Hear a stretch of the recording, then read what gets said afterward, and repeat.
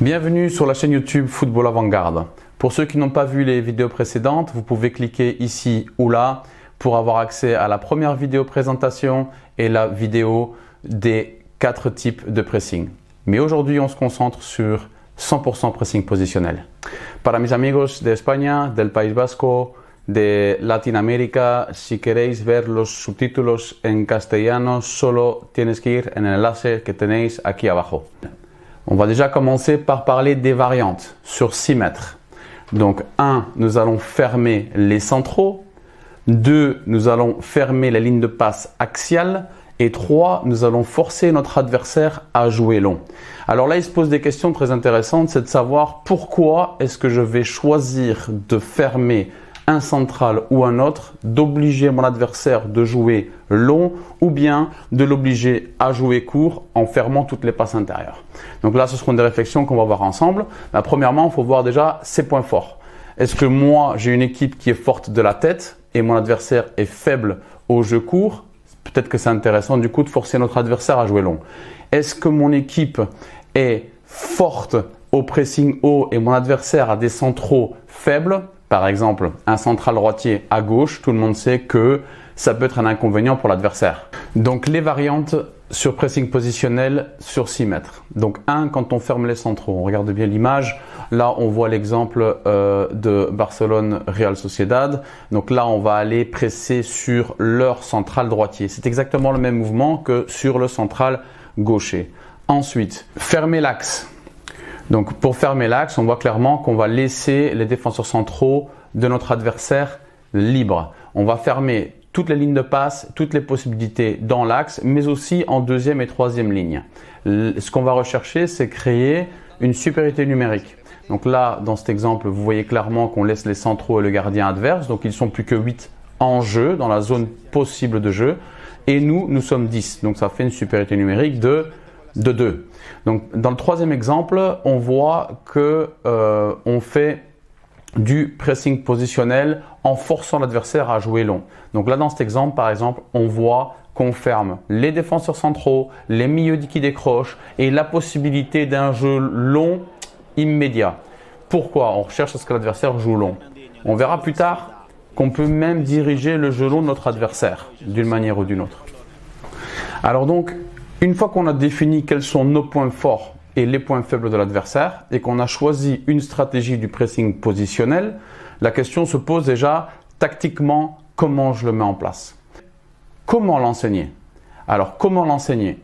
3 méthodes. La première, analytique, pour bien synchroniser les courses des joueurs. 2, sous forme jouée, c'est-à-dire qu'on peut varier le nombre de joueurs, créer des règles différentes pour obtenir un résultat. Et 3, l'attaque-défense. L'attaque-défense, c'est d'office un 10 contre 10 ou égalité numérique avec 2 gardiens ou des petits buts et un gardien. Alors pour l'enseigner, la première manière, c'est l'analytique. Je recommande de placer sur une moitié de terrain quelque chose qui représente l'adversaire. Au début, je mettrai seulement les 11 piquets qui représentent l'adversaire. J'ai mis des numéros dans cet exemple, mais vous pouvez parfaitement mettre des chasubles de couleurs différentes. C'est sûr pour pouvoir crier aux joueurs, voilà, le ballon va au numéro 2, le ballon va au numéro 6, et pour qu'eux puissent s'y retrouver en fait. Vous pouvez aussi fonctionner par poste, ça c'est libre à votre sensibilité. Par contre, ce qui est important, c'est d'avoir son bloc équipe en place, les 10 joueurs. Obligatoirement. En infériorité numérique, si vous le faites à 8 ou à 7, ça a moins de sens, à moins que vous vouliez faire du pressing positionnel pour du 8 contre 8 ou du 7 contre 7, selon le pays dans lequel vous exercez. Donc, je reprends l'exemple analytique, comme vous allez voir là sur la vidéo. Donc, on travaille bien la synchronicité des courses. Ce qui est très important, c'est qu'au moment où le ballon va être redonné, le joueur qui est excentré au ballon, que vous voyez là sur la vidéo, ferme immédiatement, fait un sprint vers le gardien de but, d'accord, pour que quand le défenseur central qu'on a laissé jouer reçoit le ballon, n'ait pas l'option de revenir vers le gardien. Ce qui nous permet à nous de coulisser le bloc équipe et de fermer le jeu sur deux tiers de la moitié de terrain. Donc ça, c'est la première chose. Ensuite, moi, je recommence de diviser le terrain en deux. Pourquoi? Comme ça, on met un entraîneur plus proche des attaquants et du milieu qui est avancé. Donc là, vous voyez qu'il y a à la base 2 milieux de terrain, par exemple. Le milieu de terrain qui reste devant la défense, le numéro 6, je dirais, je recommande que ce soit un joueur fort de la tête. Il peut être grand, moins grand, mais quelqu'un qui est fort de la tête. Pourquoi? Parce qu'on va délibérément le mettre en infériorité numérique dans cette zone-là. Donc, si on laisse jouer, par exemple, le défenseur central droitier, ce milieu de terrain, lui, va, en théorie, s'il joue sur ce central droitier, va aller presser, sortir, défendre sur le milieu de terrain qui se trouvera dans cette zone de jeu-là.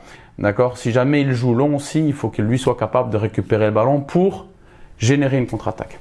Donc là, on a vu un exemple côté droit, exactement la même chose côté gauche.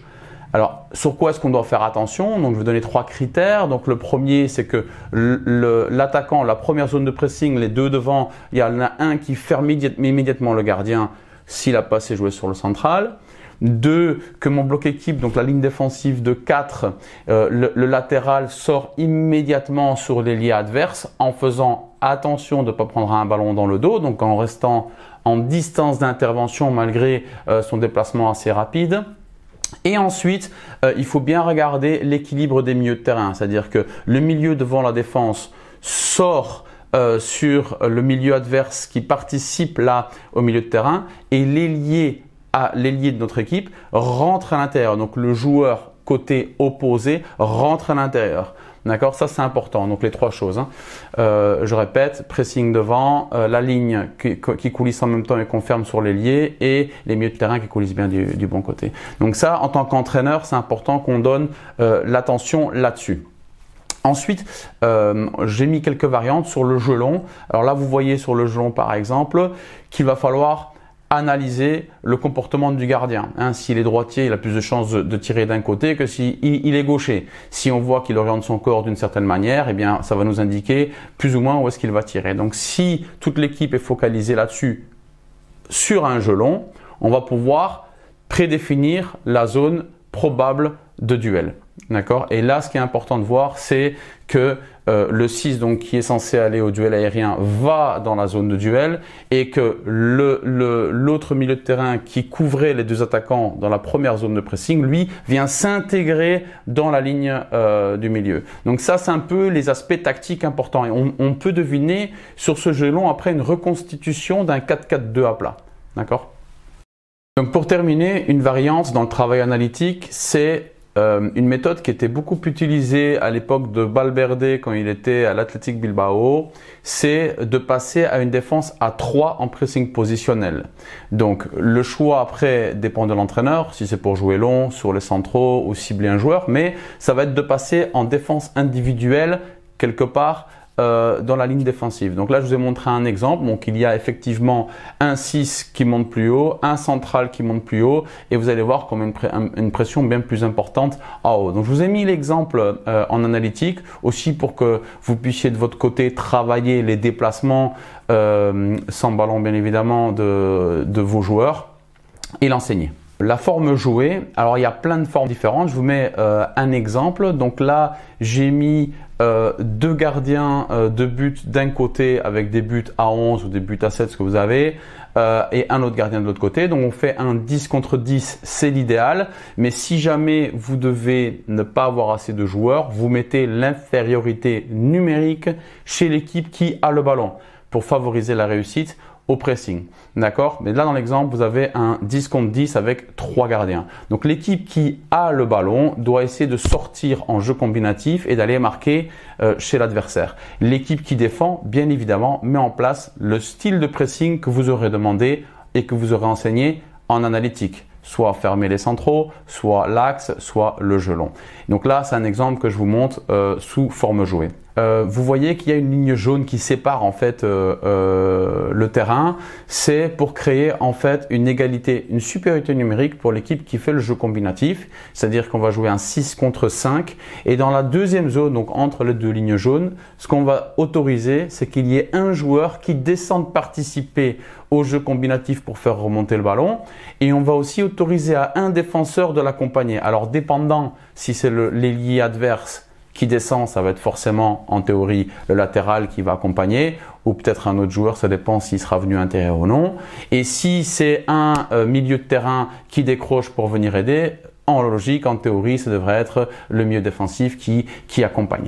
Mais ça, c'est pour bien compartimenter le jeu et surtout aussi pour permettre de rester sur une distance de travail cohérente. Alors, qu'est-ce qu'on peut faire d'autre? On peut faire un stop ball, où on peut remplacer les 2 gardiens de but par 4 petits buts, 3 petits buts, 5 petits buts ou 2 petits buts. Ça, c'est à vous de voir.